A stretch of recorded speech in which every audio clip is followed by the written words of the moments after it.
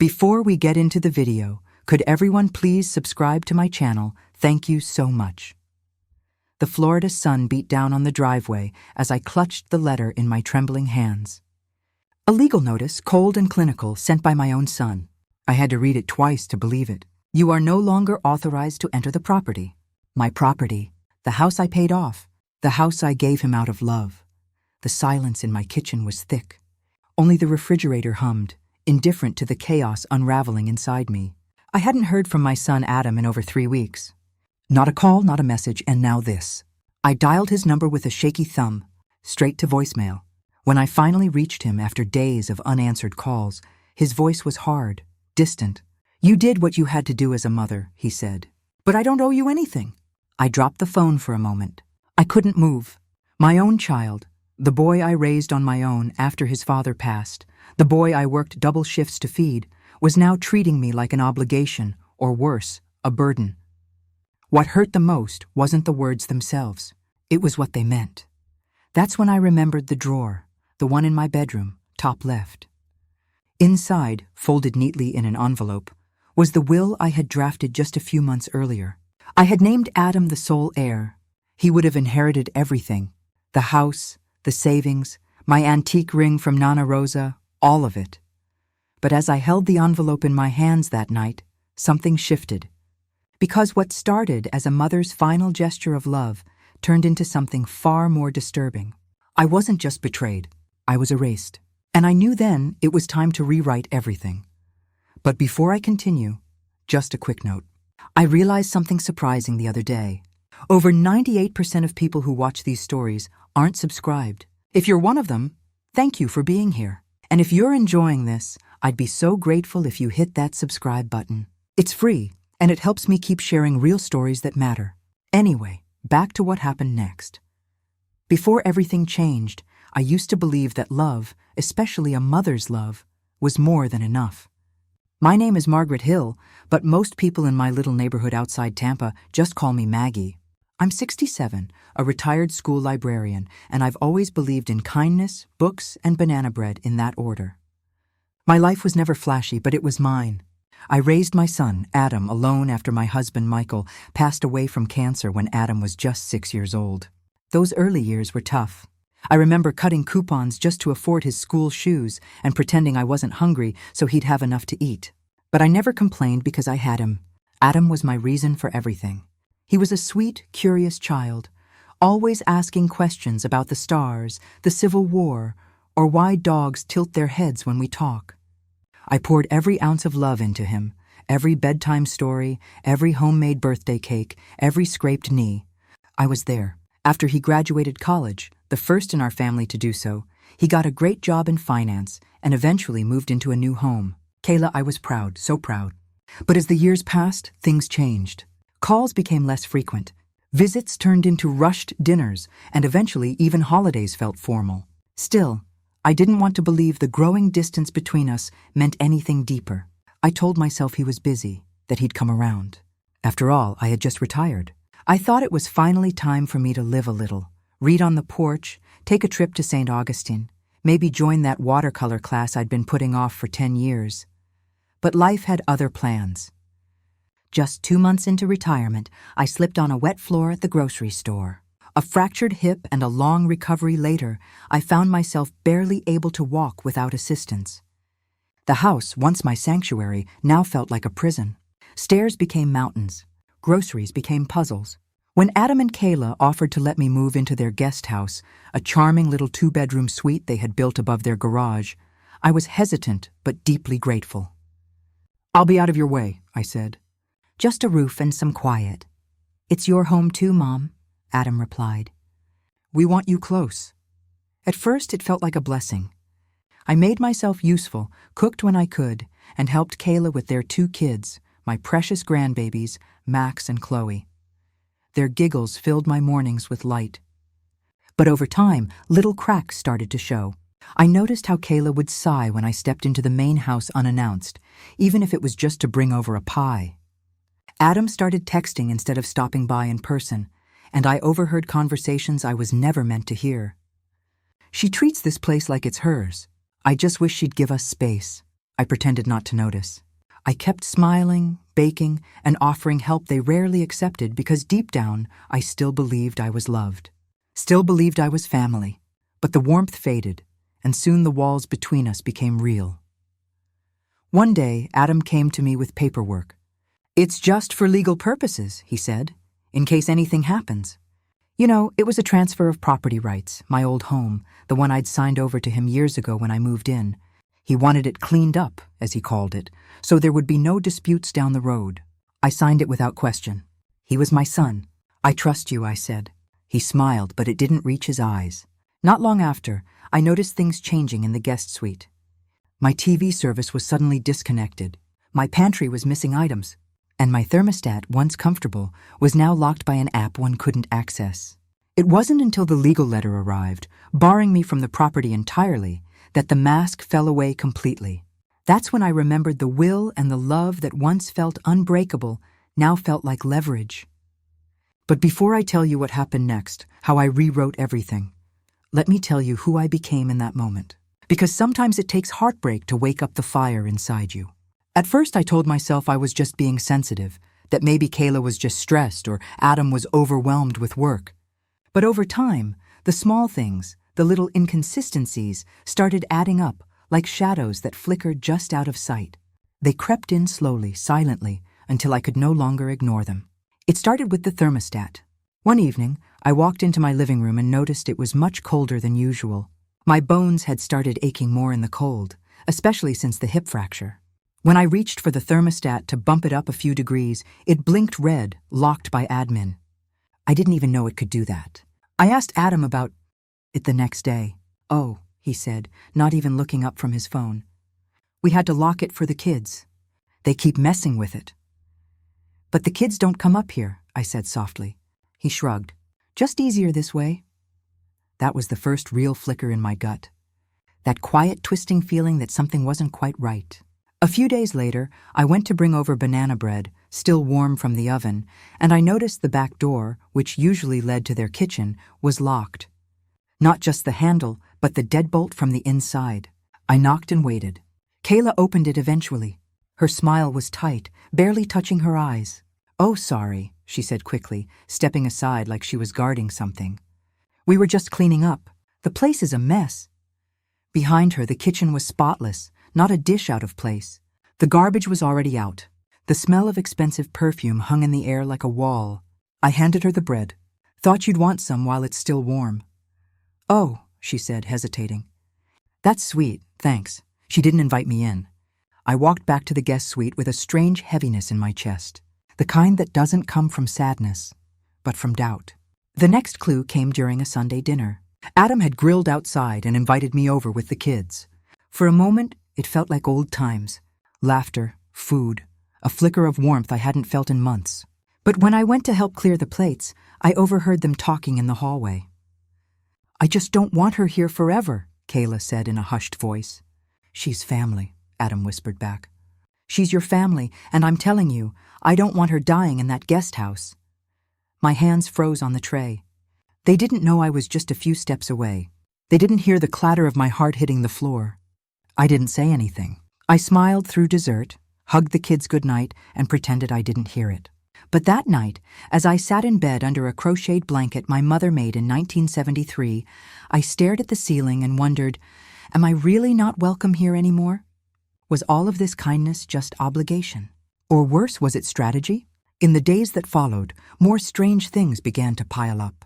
I'd find items missing from my pantry, nothing big at first. A can of peaches here, a few protein bars there. I chalked it up to forgetfulness. Then it was my medication. One of my blood pressure bottles, the one I always kept in the top left drawer, was half empty. I hadn't taken that many. I looked at the bottle again. The cap wasn't screwed on, and it smelled different, not like medicine, but like it had been left open for too long. I asked Kayla if the kids had been in my room. She barely looked up from her tablet. They know not to go up there. They're not stupid. I didn't like the way she said it. One morning, I decided to take a walk outside. Fresh air always helped clear my thoughts. As I passed by the side of the house, I noticed the garage door open. Inside, Adam stood with a man I didn't recognize. Younger, sharp suit, clipboard in hand. I ducked behind the hedges before they saw me. We can list it in her name first, then switch it over, the man said. Adam nodded. She won't even notice. I felt my knees weaken. List what? Switch what over? I didn't know if they were talking about my house, the guest suite, or something else, but either way, they were making plans, and they clearly didn't intend to tell me about them. That night, I stared at the old family photo I kept beside my bed. Me, Adam at age 7, Michael still alive back then, holding a fishing rod and smiling like he owned the world. I whispered into the dark, did I raise someone who could do this to me? Was I being paranoid? Was I overthinking? Or was I finally seeing things clearly? The final straw came on a Wednesday morning. I had ordered a small security camera online, just one of those little indoor ones you can set on a shelf. I wasn't trying to catch anyone. I just wanted to feel safe. I set it up quietly in my living room, angled toward the front door. The next day, the camera was gone, just gone, unplugged, removed, and in its place, a small sticky note on the table. No need for this, no signature, no explanation. But I knew that's when the fear truly sank in, because this wasn't about being unwelcome anymore. This wasn't awkwardness or emotional distance. This was control. And I started to wonder, if I stayed silent, how far would they go? I never thought I'd be the kind of woman to snoop. That wasn't me. I raised my sons on honesty. I taught them the value of trust, of looking someone in the eyes and saying exactly what you meant.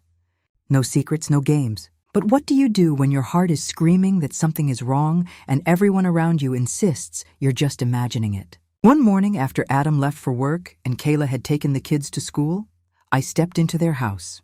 Not through the front, but through the laundry door. They usually forgot to lock it. The house was so quiet. I could hear the hum of the fridge and the ticking of the old wall clock in the hall. I stood there for a second, uncertain of what I was even looking for. Then I went to Adam's office. His office door was usually locked, but today it clicked open. Stacks of papers lined the desk, insurance forms, tax documents, and something that made my blood freeze, a power of attorney form signed, dated with my name on it, but I never signed it. At least, I didn't remember signing anything like that. My signature was there, neat and curled, just like mine, but something felt off. The shape was right, but it was too perfect to be real.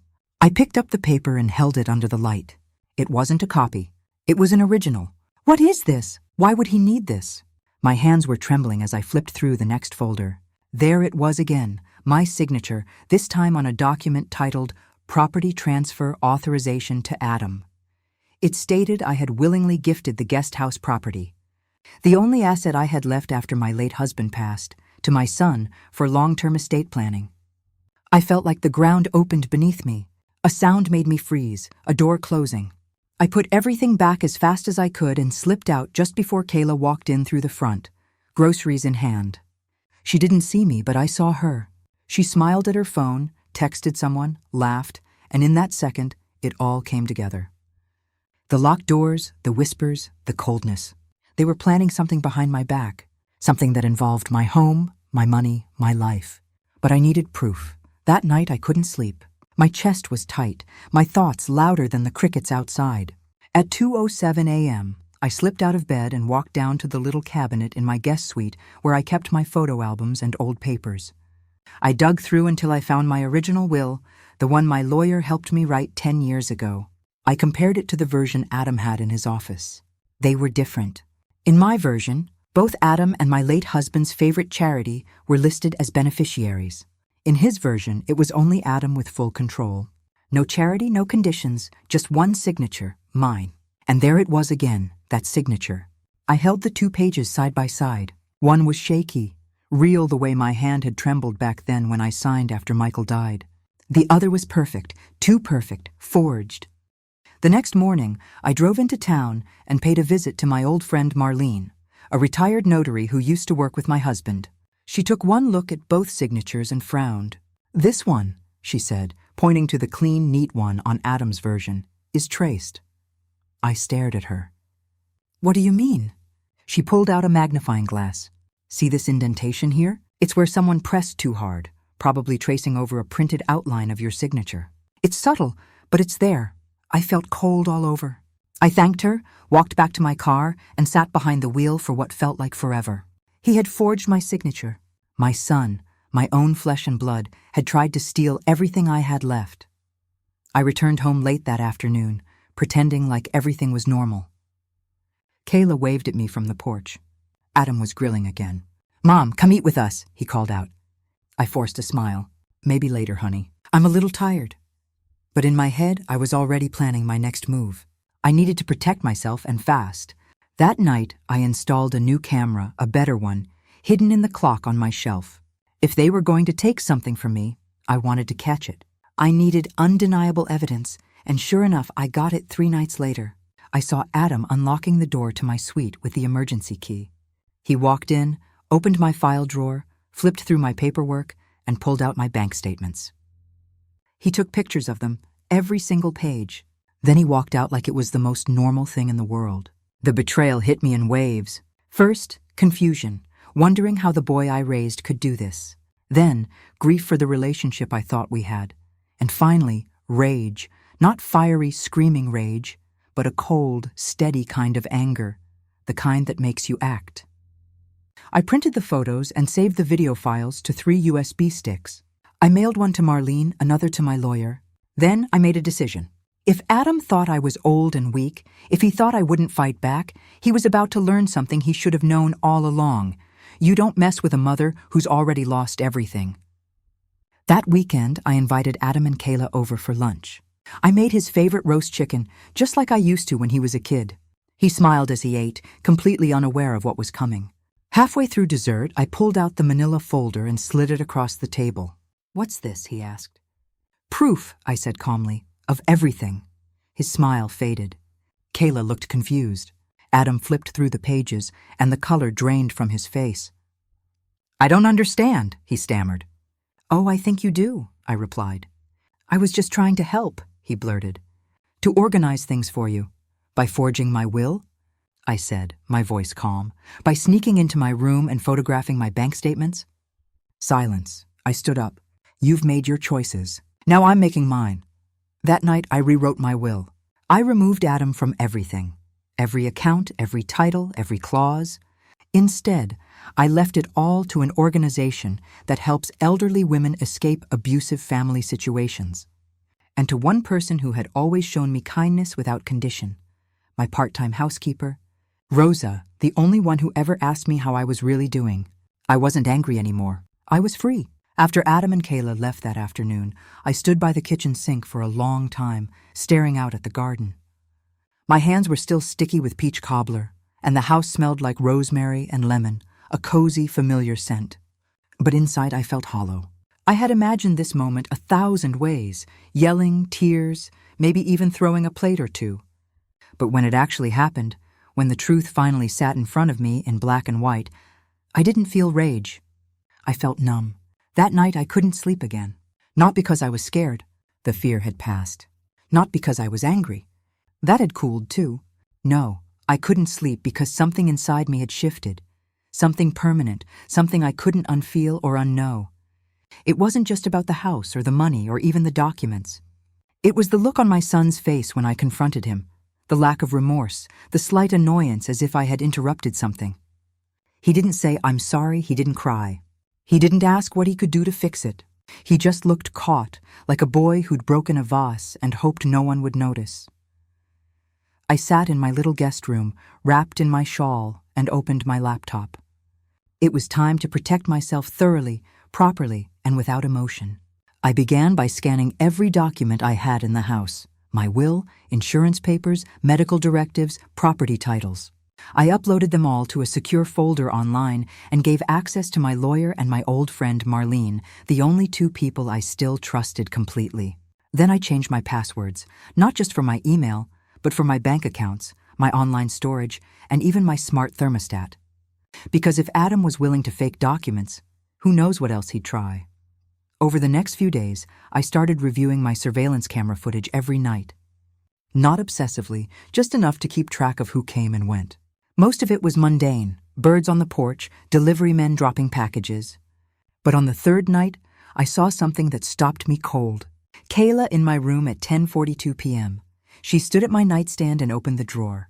Then she pulled out a small notebook, the one I used to jot down passwords and reminders. She flipped through it, took a picture with her phone, and placed it back carefully like she hadn't touched a thing. I leaned back in my chair, stunned. They weren't just trying to take from me. They were trying to take everything: control, identity, access. I sat in silence and whispered to myself, they never planned to stop. The next morning, I called Rosa. She was due to clean next week, but I asked her to come early and not just for cleaning. When she arrived, I brewed a pot of her favorite coffee, the hazelnut one she always loved, and invited her to sit with me. Rosa, I said, I need your help, but more than that, I need your eyes and your ears. I showed her the documents, the footage, the forged signatures. Her eyes welled with tears. I always thought something was off, she said softly. They never looked you in the eyes when I was around. They treated you like a burden, I nodded. I don't want to be bitter, but I do need to be smart. Together we started checking the rest of the house. Rosa noticed things I hadn't. Scratches on the doorknob to the attic, a tiny dent in the safe under my bed, even a recently moved floorboard near the vent. They've been all over, she whispered, looking for whatever they can. That afternoon, I made an appointment with a lawyer, not the one who helped me with my old will, but a new one, a woman named Evelyn, who specialized in elder protection and estate fraud. When I walked into her office, I didn't feel like a victim anymore. I felt like a woman with a plan. I handed her the folder I had compiled: timestamps, footage, signature samples, sworn statements from Marlene and Rosa. Evelyn looked through it silently, then met my eyes. Miss Bennett, she said, this is not only evidence of fraud. It's a prosecutable case. If you want to press charges, you can. I paused. Do I? I thought about that. Did I want to take my own son to court? Did I want the scandal, the gossip, or was the best punishment simply removing him from my life entirely? I want protection, I said. Finally, legal, emotional, physical. I want to feel safe, and I want to ensure he never tries this again with me or anyone else. Evelyn nodded.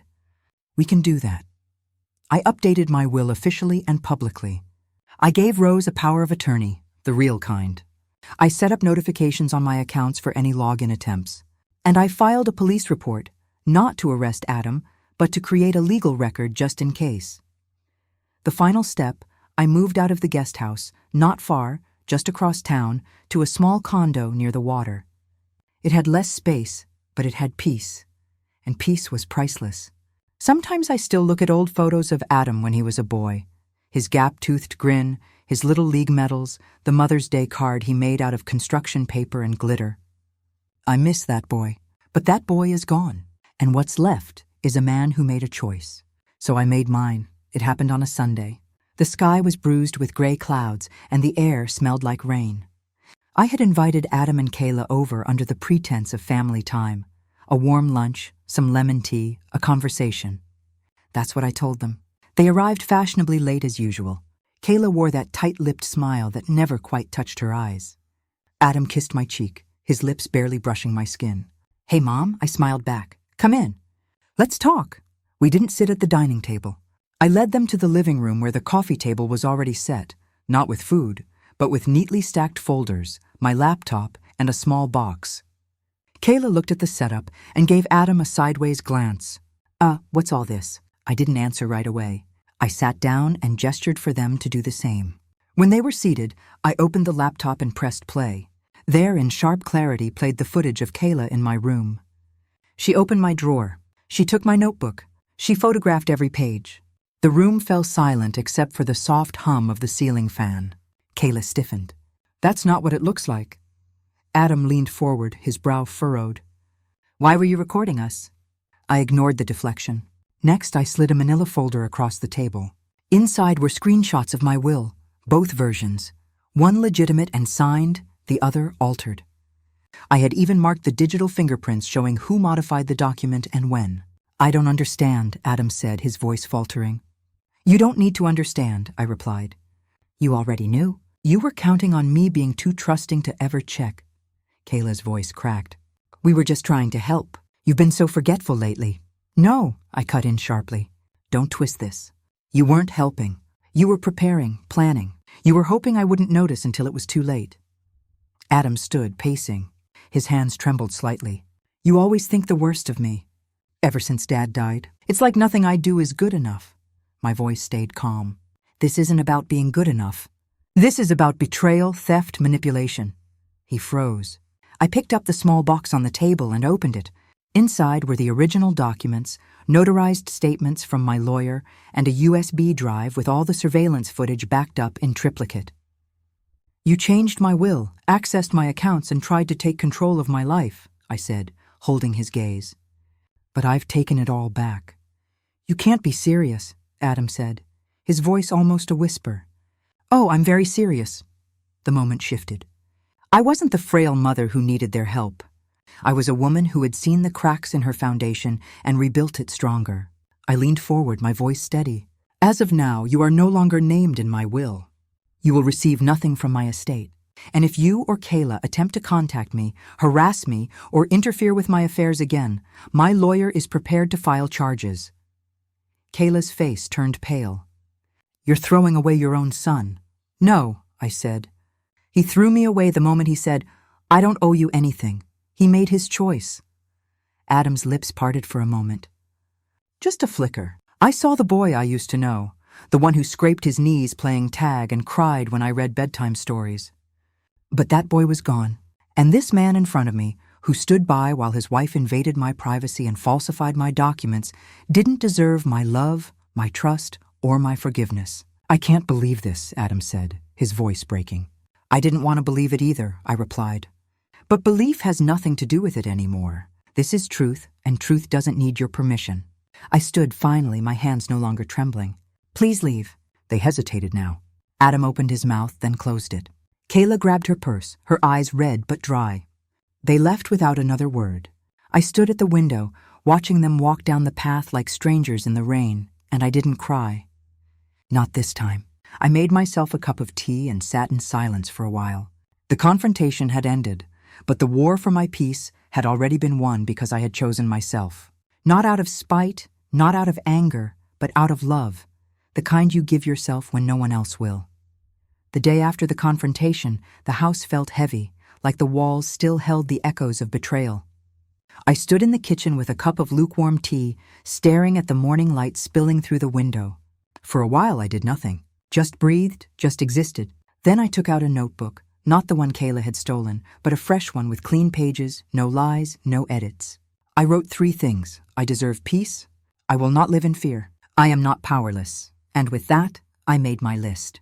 The first step was leaving. That very week, I called a friend from church, Maria.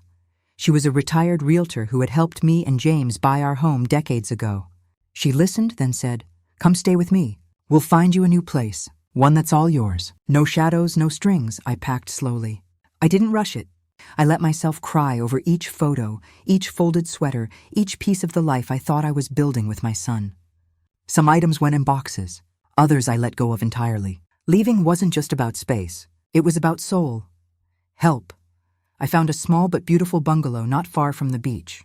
White shutters, a rose bush by the door, and a porch swing I didn't even know I wanted until I sat on it and felt the ocean breeze kiss my face. Signing the lease felt like taking back my name. No one had access to this place but me and the lawyer I now trusted. The locks were new, the cameras mine, the accounts mine. I wasn't hiding. I was protecting what was mine to begin with, my future. The second step was legal. My lawyer filed an official notice revoking any prior will that could have been tampered with. He submitted a statement outlining what had happened and ensured my son and Kayla were legally removed from any financial rights tied to me or my estate. He also filed a cease and desist order just in case. "I can pursue charges if you want," he said gently. I shook my head. "Not yet. I don't want revenge. I just want freedom." He nodded, respecting the quiet strength in my choice. Then came the emotional part, the release. For weeks, I took long walks by the beach barefoot when I could, just to feel grounded. I watched birds dive into the ocean and marveled at how nature could be so chaotic and so peaceful at once. Some days I sobbed on that porch swing. Other days I laughed, really laughed, at nothing in particular, at the absurdity of life, at the strange relief that comes when the worst has happened and you realize you're still standing. I found comfort in little things. The sound of wind chimes, the smell of jasmine, the way my dog, an old rescue named Milo, leaned against my leg like he knew I needed him, reminding me I wasn't alone. One evening, as I was organizing boxes in my new living room, I found an old envelope. Inside was a letter James had written me on our 30th anniversary. In it, he said, "If life ever gets loud, go where your peace lives. You don't owe anyone your sanity, not even the ones you love." I held that letter to my chest and whispered, "Thank you." He had seen what I hadn't. I started journaling more, and eventually I began smiling at my own reflections in windows and mirrors. The woman looking back at me wasn't just a mother or a widow. She was someone who had survived betrayal and chosen not to become bitter. She had escaped a trap and found something more precious than comfort: clarity. I did something unexpected next. I signed up for a watercolor class at the community center. I hadn't painted in over 20 years. On my first day, I told the instructor, "I'm not very good." She smiled and said, "Good, that means you're free to create without fear." It hit me like a wave. For the first time in years, I wasn't painting to impress. I wasn't living to please. I was just being, and that, to me, was the greatest victory of all. The first thing I did when I fully moved into my new home was open every window. I let the Florida breeze rush in, sweeping through the rooms like a blessing.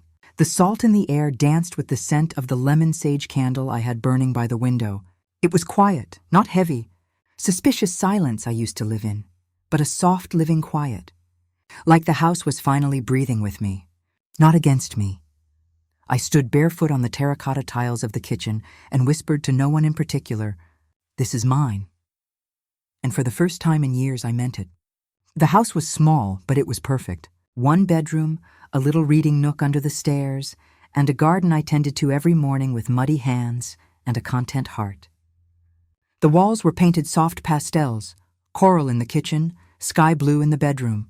Colors I never had the courage to pick before because someone else always had an opinion. Now I painted them myself. I picked out thrifted furniture and hand-sewn throw pillows. Nothing matched. Nothing needed to. I drank my morning coffee on the porch swing, wrapped in a woven shawl James had once given me, and listened to the birds argue in the trees like noisy neighbors. Sometimes I wrote in my journal. Sometimes I just rocked gently and watched the sunrise. That porch became my sanctuary, the place where I remembered who I was. I created rituals that made me feel whole again. Every Friday, I bought fresh flowers from the local market. Sunflowers, tulips, whatever caught my eye.